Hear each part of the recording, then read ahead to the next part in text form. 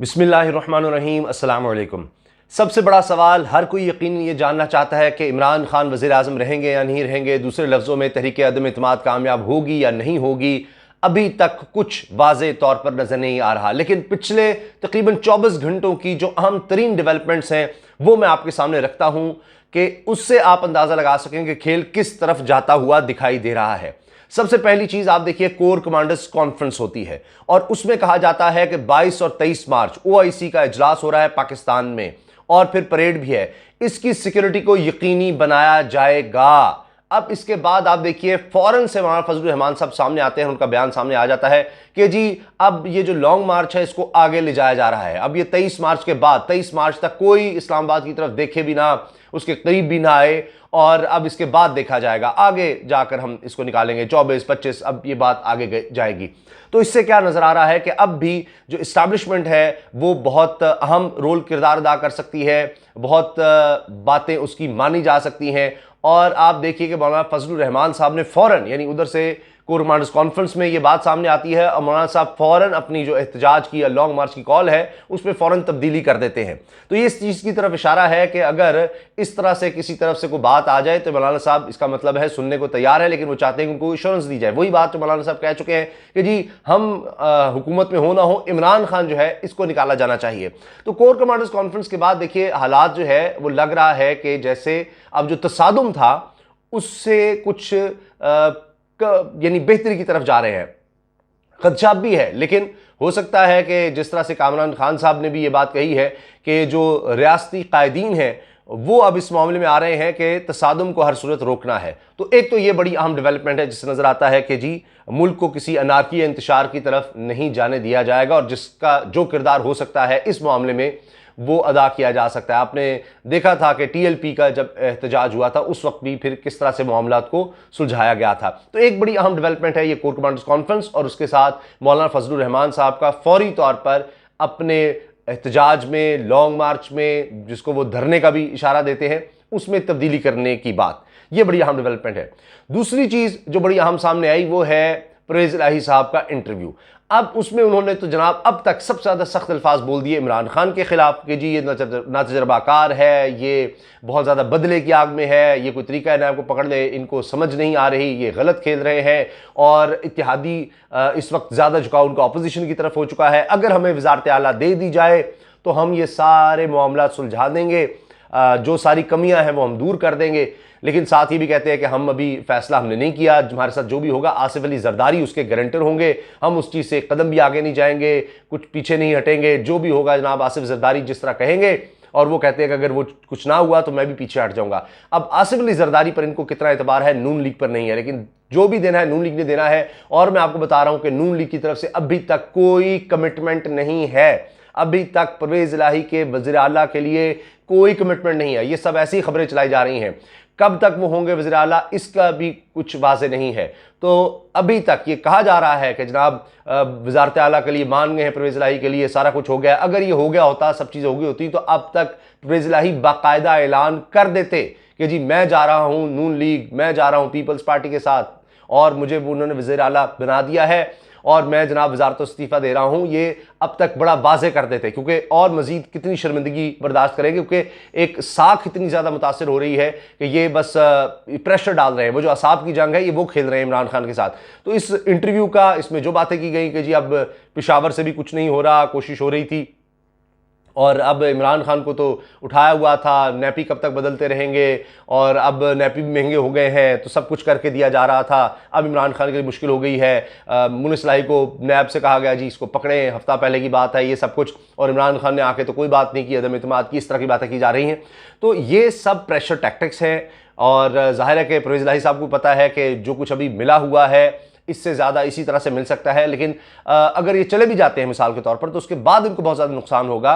रात को ही एक बहुत ज़बरदस्त शख्सियत ने मुझे बात बताई कि देखिए 10 MPAs और 5 MNAs वहाँ पर अगर तहरीक इंसाफ अपने उम्मीदवार उतार देगी तो क्या आपका ख्याल है कि आने वाली एडजस्टमेंट में नून लीग वहाँ से अपने लोग नहीं रखेगी और परवेज़ इलाही को कहेगी हाँ जी जहाँ 5 आपके MNAs थे, जहाँ आपके 10 MPAs थे वहाँ हम बंदे नहीं खड़े करें, नून लीग ये करेगी कभी भी। और इमरान खान ने इनके लिए किया था, लेकिन अब जब वो भी नहीं करेगा तहरीक इंसाफ के और लोग खड़े होंगे तो आप सोचिए कि फिर क्या सूरत हाल होगी, क्या हालात होंगे। तो इनके लिए आने वाले दिन बड़े मुश्किल होंगे। तो बहरहाल वो चाह रहे हैं कि इसी में उनको इमरान खान ही वज़ारत आला दे दे। तो अभी तक इमरान खान कुछ ऐसा नहीं करे, क्योंकि असाब की जंग है। मुझे अभी भी लगता है कि आखिरी वक्त में परवेज़ इलाही साहब को भी हथियार डालने होंगे। तीसरी अहम चीज़, जो तीसरी बड़ी डेवलपमेंट है मेरी नज़र में, वो है जनाब GDA का बाकायदा ऐलान। यानी पहला इत्तेहादी जो पूरे तरीके से इमरान खान के साथ आकर खड़ा हो गया है वो है GDA, ग्रैंड डेमोक्रेटिक अलायंस। तो ये एक बहुत बड़ी इमरान खान के लिए अचीवमेंट है और जाहिर है कि अब इसके बाद नज़र आ रहा है कि आहिस्ता दीगर लोग भी आ सकते हैं। अब मिसाल के तौर पर चौथी मैं डेवलपमेंट कहूँगा, जो जहांगीर तरीन ग्रुप है उसकी तादाद कम होती जा रही है। मीटिंग्स में अब लोग कम आने लग गए हैं, उसका जोर टूट रहा है, क्योंकि उन्होंने तो पैरों से ज़मीन निकाल दी। नून लीग के उनका जो हाल कर दिया, उन्होंने जो डिमांड सामने रख दी कि हमें 25 से 30 MPs, 25 भी चले लगा ले, 25 MPs का हमें लिख कर देना है, आपने ओन करना है कि जनाब इनको टिकट मिलेगा, इनके साथ लॉन्ग टर्म चला जाएगा, आइंदा इनको शामिल किया जाए। नून लीग के करीबी रहेंगे। सिर्फ 2023 की ही नहीं टिकट होगी, आगे भी होंगे, पक्के नून लीगी होंगे। 25 लोगों का हमें लिख कर दें और तकरीबन 8 से 10 MNAs का वो कह रहे हैं कि हमारी सीटों का, हमारे टिकट का, या आप लिख कर दें और सबके सामने ऐलान करें।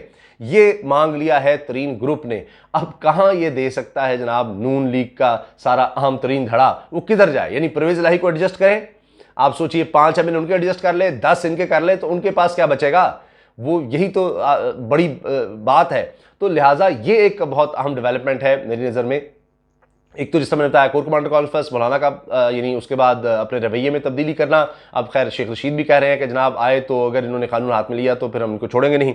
और दूसरी चीज़ परवेज़ इलाही का इंटरव्यू, जो कि लग रहा है कि वज़ारत आला के लिए है, आखिरी कोशिश है वज़ारत आला हासिल करने के लिए, क्योंकि लगता यह है कि नून लीग से बात नहीं बन रही। मैं आपको दोबारा बता रहा हूँ कि नून लीग से बात नहीं बन रही। वो बिल्कुल कह जरूर रहे हैं कि ये जो आसिफ अली जरदारी ये गारंटर बनेंगे, ये सब कुछ होगा, लेकिन आगे का कुछ पता नहीं चल रहा कि किस हद तक इनको एडजस्ट किया जा सके। अभी वज़ारत आला मिल जाएगी, लेकिन आगे का क्या होगा? क्या आगे के MPs MNAs एडजस्ट हो रहे हैं या नहीं हो रहे? ये एक मसला है और इस वजह से वो भी बात नहीं बन रही। तो ये भी इमरान खान के हक में जा रहा है। इसके साथ आप देखिए कि जिस तरह से GDA का आना है, तीसरी वो चीज़। चौथा तरीन ग्रुप जो है वो कमज़ोर पड़ता नज़र आ रहा है और उन्होंने तो जो डिमांड्स रखती हैं वो नून लीग कभी पूरी नहीं कर सकती। पांचवी चीज़ मेरी नज़र में जो एक बहुत बड़ा काम हुआ है, इन सबसे बड़ा काम हो गया है, लेकिन अगर उसको हम पॉलिटिकल इम्पैक्ट की बात करें तो जाहिर है कि वो भी इमरान खान के हक में जाएगा। वो इस पॉलिटिक्स से, इस दुनिया से, जो दुनिया है इससे बढ़कर काम हो गया है। सियासत, हुकूमत, ये सब पीछे रह जाते हैं कि हर साल अब 15 मार्च को अक़वाम मुत्तहिदा की सतह पर इस्लामोफोबिया के हवाले से दिन मनाया जाएगा, इस्लामोफोबिया के खिलाफ, इसके खात्मे का दिन मनाया जाएगा कि इस्लाम के खिलाफ नफरत नहीं होनी चाहिए। तो ये बड़ी कोशिश हो रही थी और पाकिस्तान इसमें कामयाब हुआ है। ये चीज़ इमरान खान के हक में बहुत ज़्यादा जाएगी। और आखिरी बात आप देखिए कि जो एक नई चीज़ सामने आई है, आईनी और कानूनी पहलू जो सामने आया है, छठा, जो आगे के हवाले से बहुत ज़्यादा अहम है, जिस पर अब सारे ये सोचने बैठ गए हैं कि इमरान खान के खिलाफ अगर तहरीक अदम इत्तेमाद कामयाब हो भी जाती है तो आईनी तौर पर जब तक कोई नया वज़ीर आज़म नहीं बन जाता, मैं आइन का हवाला दे रहा हूँ, इस पर पूरी इमरान खान साहब ने डिटेल में शो किया है कि तब तक इमरान खान वज़ीर आज़म रहेंगे जब तक कोई नया वज़ीर आज़म नहीं बन जाता। उसके लिए अब सदर कहेगा कि हाँ जी लाए मेजॉरिटी दिखाएं, क्या ये मेजॉरिटी में कोई और वज़ीर आज़म ला सकेंगे? तब तक इमरान खान ही रहेंगे। अगर केओस हो जाता है तो फिर इमरान खान ही वज़ीर आज़म रहेंगे और फिर दोबारा जब इंतखाब होता है उसमें भी इमरान खान हिस्सा ले सकते हैं, क्योंकि वो इमरान खान बतौर वज़ीर आज़म तो हटाए जाएंगे अगर 172 लोग ये अपोजिशन इकट्ठे कर लेती है, लेकिन MNA तो रहेंगे, तो दोबारा इलेक्शन में वो हिस्सा ले सकते हैं। और उसके बाद गठजोड़ का कोई पता नहीं, क्योंकि ये इतनी तेजी से आपस में लड़ेंगे कि कोई सोच भी नहीं सकता। अब दोबारा कहा जा रहा है जी PDM इकट्ठी हो गई है, लेकिन ये उस पहले से भी ज़्यादा तेजी से PDM टूटेगी, यानी जो ANP और पीपल्स पार्टी की वापसी हुई है। तो इस लिहाज से एक ये भी लकूना कह लें या आइनी बात कह लें कि इमरान खान वज़ीर आज़म रहेंगे जब तक नया वज़ीर आज़म नहीं आ जाता। और फिर ये जो इनका प्लान है, ये भी बड़ी अहम बात है कि आइन में एक केयर टेकर सेटअप पर लिखा है जो कौमी असम्बली में, नेशनल असम्बली और सूबाई असम्बलियों में इकट्ठे इंतखाबात के हवाले से है कि जी वहाँ भी वही सेटअप होगा केयर टेकर और सेंटर में भी, और फिर वो इलेक्शन करवाएगा। तो ये जो अपोजिशन का प्लान था, नून लिखा था जी हम सेंटर में जल्दी करवा लेंगे इलेक्शन और सूबों में जनाब यानी सिंध में पीपल्स पार्टी की हुकूमत रहेगी, यहाँ परवेज़ इलाही को अगर एडजस्ट किया जाता है जो परवेज़ इलाही सोच रहे हैं या दीगर जगहों पर, तो वो मामले सूबे में उस तरह चलते रहेंगे। ये नहीं हो सकता। आइन में इस तरह की कोई चीज़ नहीं है कि जनाब कौमी असम्बली के इलेक्शन अलग हो रहे होंगे, सूबाइयों के अलग हो रहे होंगे, वहाँ केयरटेकर सेटअप होगा और सूबों में होगा ही नहीं, क्योंकि बैक वक्त जो है वो सेटअप इकट्ठे की बात है। तो ये एक मामला है, एक क्योस किसी कैफियत है, वो आगे की जो तस्वीर वाज़ेह नहीं है। जितने दानिश्वर हैं, जितने साफ़ी हैं, जो मुखालिफ हैं, बदतरीन मुखालिफ भी हैं तहरीक इंसाफ के, वो भी ये कह रहे हैं कि आगे का कोई सेटअप का नहीं पता। वो चले नफरत में इमरान खान की आप क्या भी देखें जी, इसको हटाना है, लेकिन उनसे भी पूछें, कोई किसी को नहीं पता। उसके बाद केओस नजर आ रहा है। तो ये जो इमरान खान को हटाने के बाद एक बड़ी खौफनाक सूरत हाल हो सकती है।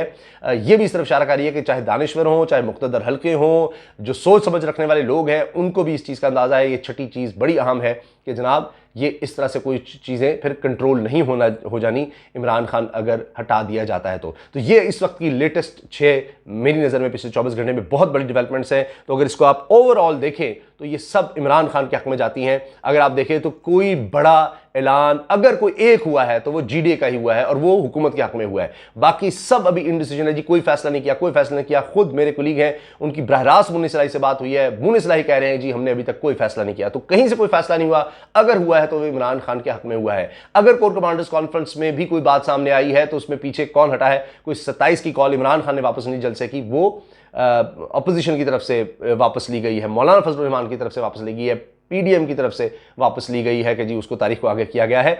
तो अभी भी मेरी नज़र में इमरान खान का पलड़ा भारी है, अभी भी। तो ये मैं आपके सामने रख रहा हूँ। बाकी आप बेहतर राय दे सकते हैं, आप इस बारे में क्या सोचते हैं, क्या राय रखते हैं, ज़रूर आगाह कीजिएगा। लेकिन अभी तक यही है कि ज़्यादा मुलाकातें जलसे इमरान खान कर रहे हैं। क्या कोई काफ लीग जलसा कर पाई, कोई इत्तेहादी कोई जलसा कर पाया, क्या वो अपनी ताकत का मुजाहरा कर सके हैं, वो गठजोड़ अलग बात है। क्या अपोजिशन की तरफ से कोई बड़ा जलसा हो सका है? अंदर की बात बता रहा हूँ, नून लीग की तो कोई जलसों की तैयारी ही नहीं है। मैं आपको पक्की बात बता रहा हूँ, कोई एमपी एमएलए मोटिवेटेड ही नहीं है और कोई कारकुन उस तरह से मोटिवेटेड नहीं है। सब कुछ मौलाना पर डिपेंड किया जा रहा है। पीपल्स पार्टी ने तो कोई एक बंदा नहीं लाना, वो तो थक गए हैं, उन्होंने तो जो करना था वो कर दिया है। तो अब आप इसी से सोच लिए थे, इमरान खान जलसों पे जलसे कर रहे हैं, वो पॉपुलैरिटी गेन करते चले जा रहे हैं। खुद वो इस चीज़ को मान रहे हैं कि वो खुद हैरान है कि पिछले 10 दिन में ये हो क्या रहा है, वो भी इससे हैरान हो रहे हैं। तो सारा मोमेंटम इस वक्त इमरान खान की तरफ है। उनकी जो मुलाकातें हैं वो उस तरह से कोई नया काम नहीं कर पा रही, जिस तरह इमरान खान जो है वो रोज़ एक दिन के साथ एक जो है स्टेक्स ऊपर जा रहे हैं और वो अपनी जगह पर डटे हुए हैं, अभी तक डटे हुए हैं। इजाज़त दीजिए, अल्लाह हाफिज़।